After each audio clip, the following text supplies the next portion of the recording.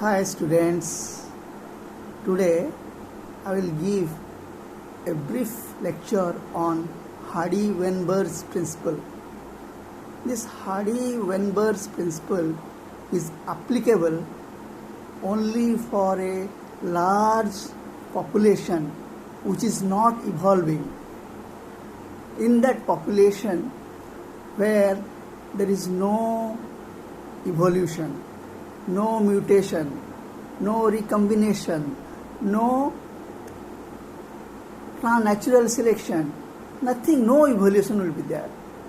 And he says in his principle that in a non-evolving population, the frequency of alleles and frequency of genotype of all individuals remain constant generation after generation.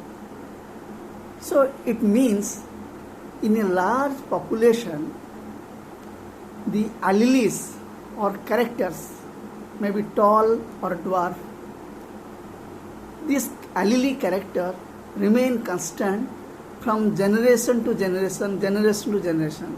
If this population is not evolving, if there is no natural selection, if there is no genetic drift, if there is no isolation, then the allele remain constant. That means that characters, large t and small t, tallness and dwarfness, that remain constant. The population number may increase, but the allele character remains constant. Again, I will make you understand. See, in a population, in a large population, there is a tallness, capital T, and there is also small t, that is dwarfness. So in a population, tallness will be there and dwarfness will be there. So T and T will be always 100%. It is 50%, that is 50%. So for the frequency of capital T, it is taken P. And for the frequency of dwarfness, it is taken Q. So if tallness and dwarfness is 100% in a population, then P plus Q is also 100%. Okay. So P plus Q, if it is 100%, then P plus Q is equal to 1. Okay. That is the. So this formula is given Hardy-Weinberg's, Thomas Hardy and Weinberg's. Thomas Hardy is a mathematician and Weinberg is a biologist. So he has given this formula, P plus Q is equal to 1. And also if you take the genotypes of that population,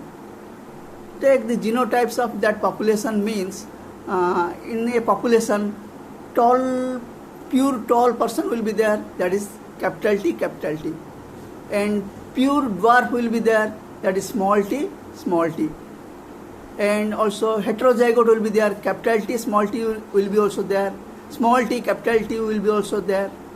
So in that way, if the capital T, its frequency, you can call it P square, and small t, its frequency can be taken as Q or Q square. Then for capital T, small t, heterozygote will tell PQ, and for small t and capital T will call QP or PQ. So total how much it come? P square, Q square and 2PQ. So P square 2PQ plus Q square is equal to 100%. Okay, so 100% means 1. So here P square, Q square, 2PQ is equal to 1.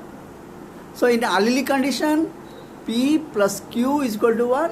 Here in genotypes of individual, P square plus Q square plus 2PQ is equal to 1. So these two formula is given by Thomas Hardy and Weinberg. So this formula is applied to find out the population frequency, to find out the number of homozygote individual, homozygote dominant individual, or to find out the homozygote recessive individual, or to find out the heterozygote individuals. So I will give an example how they can find out the frequency of these individuals. I will take simple example. See, P plus Q is equal to 1. Okay, if the P plus Q is equal to 1, if P is if P is 0.5, or then what will be the Q? It will be obvious 0.5. So like that way. How? You see, if the question comes like that, in a population, if the pure tall or homozygote dominants are 50%, then how the so if the homozygote dominant is 50%, means P is equal to 50 by 100. So P is equal to 50 by 100 means 0.5, isn't it? So if the P is 0.5, then Q is equal to 1 minus 0.5. So you know the value of P and value of Q. If you know the value of P and Q, you also can find out P square value, Q square value, and 2PQ value.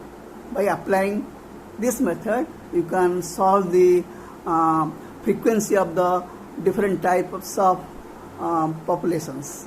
So in this way, the Hardy-Weinberg principle is applied. You read in this Hardy-Weinberg principle generally comes short questions. Here in that short questions, you will write only that law, principle, and P plus Q is equal to 1, and P square Q square plus 2PQ is equal to 1. And you will write P stands for the dominant allele, and Q stands for the recessive allele, and P square stands for the dominant homozygote, and Q square stands for recessive homozygote, and PQ stands for, or 2PQ stands for heterozygote individuals. This much you have to write if the Hardy-Weinberg principle comes to your exam. Okay, thank you. If you have any doubt, you can ask. Thank you.